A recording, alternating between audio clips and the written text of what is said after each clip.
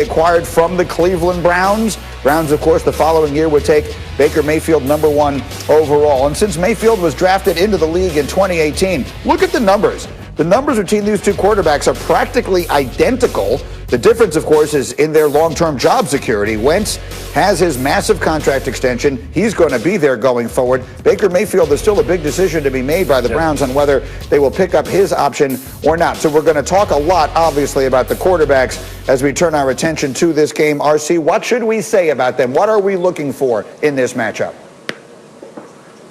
That this started with two teams figuring that they had their long-term answer at quarterback, and now both teams are trying to win in spite of those quarterbacks. Remember, these were the shiny new toys. We were so excited to get Baker Mayfield. Oh, my goodness, we got Carson Wentz. We have to get rid of Nick Foles. Give Carson Wentz $110 million.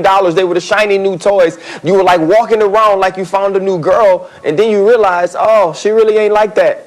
I thought she was the 10, but she might be a 4. And so now, once you realize that, it's like, we better start running this ball.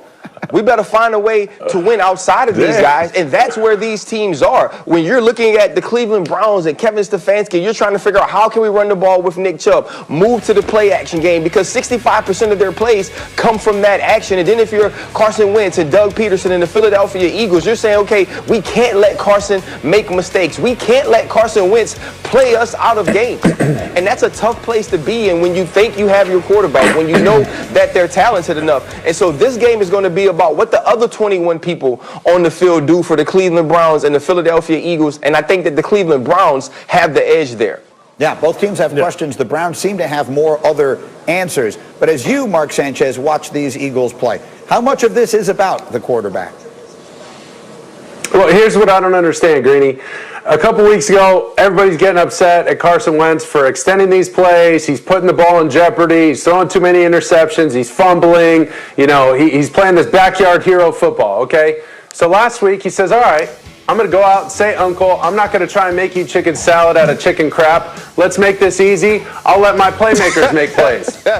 Crickets. I mean, crickets, you guys. Nobody was there to make plays. This is why he has to play that way. There's no two ways about it. He's got to run around, put the ball in one hand, and throw these miracle throws and try and make crazy plays because nobody's coming to save him. Nobody's there to help him. And if I see Dan Orlovsky get on that set next week in that green suit and bash Carson Wentz in a Kelly green suit, I'm going to be really upset because he's got no other options, man. That's extremely well said. I'd like to continue this, but I'm being told that Diana has news that we need. Diana Rossini is with us this morning as well, and we have breaking news. Diana, what do we have? Yeah, Greeny, the Cleveland Browns just released a statement stating that Myles Garrett has been placed on the reserve COVID-19 list, that he's been quarantining over the last few days. Of course, the league is going to look into this, check out that contact tracing to see other players he was around.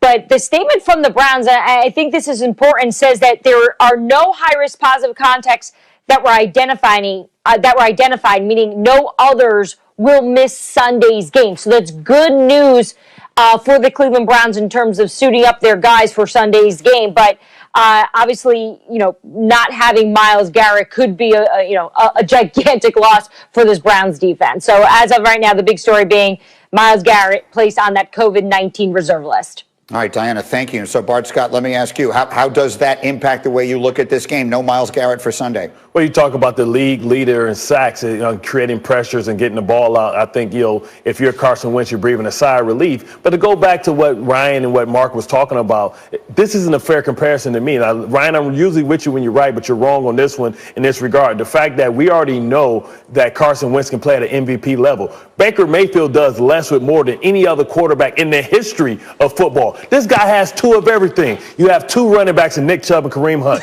two great tackles in Jarek Willis and Jack Conklin. You got two tight ends in Austin Hooper and David Njoku. You got two great receivers in Beckham and Landry. And this is what you do? We have to put the training wheels on you to just tell you don't crash the car. When Carson Wentz, they had their window. They're an aging team with bad salary cap issues without a lot of weapons. They went for a championship. They won their championship. They're going to have to break it down and build it back up. They have aging stars and bad contracts. Let me give RC a final thought here quickly on that, and then we will run off. I got some basketball news I got to get to. Go ahead, RC.